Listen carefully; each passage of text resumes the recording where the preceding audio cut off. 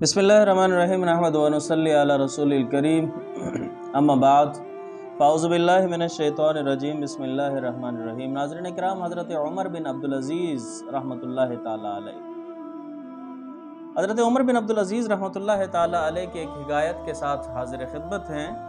आपके पास कहा जाता है कि एक अंगूठी थी और वो अंगूठी ऐसी थी जिसके अंदर बहुत ही कीमती नगीना था, और वो नगीना इतना कीमती था कि उस वक्त के जौहरी, बड़े बड़े जो जौहरी थे, वो जौहरी भी उस वक्त के आपकी अंगूठी के उस नगीने की कीमत नहीं लगा सकते थे। इतनी ज्यादा कीमती थी वो अंगूठी। एक मर्तबा ऐसा हुआ कि आपके दौर के अंदर कहत साली हो गई, और जब आपके दौर में कहत साली हुई, लोगों के पास खाने पीने के लिए कुछ नहीं था, तो हज़रत उमर बिन अब्दुल अज़ीज़ रहमतुल्लाहि ताला अलैह ने उस अंगूठी को उतारा और देते हुए वज़ीर से कहा कि जाओ जाकर इसको बेच दो, और जितनी भी कीमत इसकी मिले, जो भी माल मिले, जो भी रुपया पैसा मिले, वो सारा का सारा अवाम पर खर्च कर देना, रियाया पर खर्च कर देना।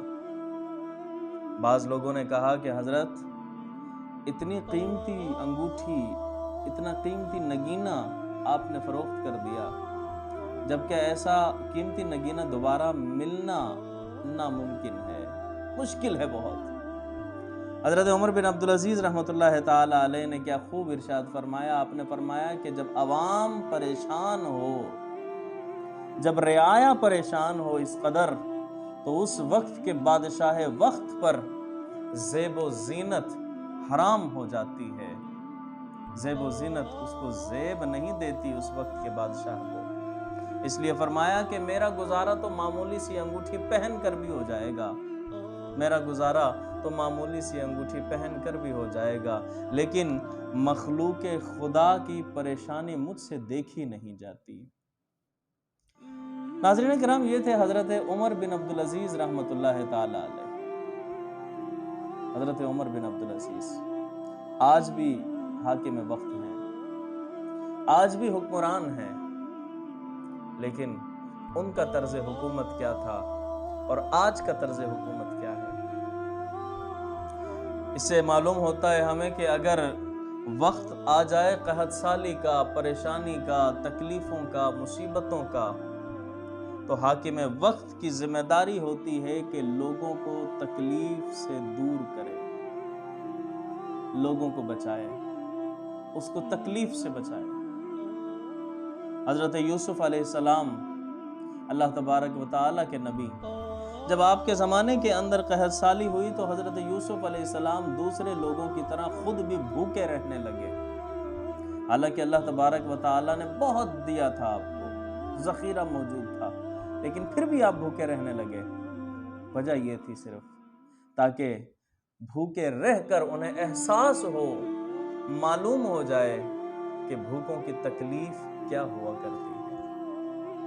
तो नाज़रीन किराम, अभी भी रोज़ा रमज़ान का महीना चल रहा है, और इस रमज़ान के महीने के अंदर अल्लाह तबारक व तआला ने रोज़ा भी फ़र्ज़ फरमाया। इसकी एक वजह ये भी है, एक हिकमत ये भी है, जहाँ बहुत सारी हिकमतें हैं रोज़े की, एक वजह ये भी है इसकी कि सारा दिन जब कोई शख्स भूखा रहेगा, प्यासा रहेगा, तो उसे लोगों की भूख और प्यास का एहसास होगा।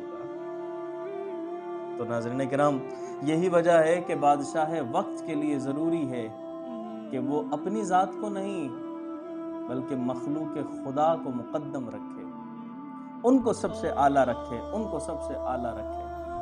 इस वजह से चूंकि अगर बादशाह वक्त ही आराम की नींद सोएगा, तो फिर फ़कीर को कौन सुलाएगा आराम के? बादशाह वक्त को तो ये चाहिए कि वो रात को जाग कर अवाम की खबरगिरी ले, लोगों के हालात का जायजा ले, तो उसकी रियाया, उसकी हिफाजत में सुकून की नींद सोएगी।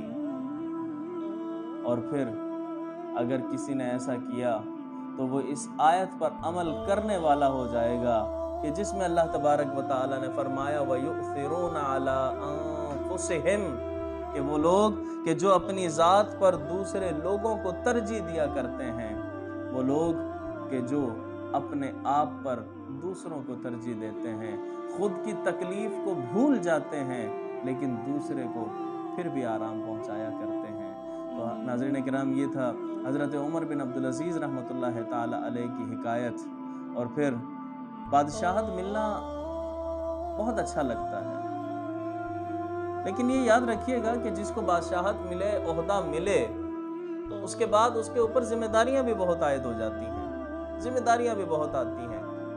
اسی لیے کسی شاعر نے کیا خوب کہا ہے، کیا اس لیے تقدیر نے چنوائے تھے، کیا اس لیے تقدیر نے چنوائے تھے تنکے، بن جائے نشیمن تو کوئی آگ لگا دے۔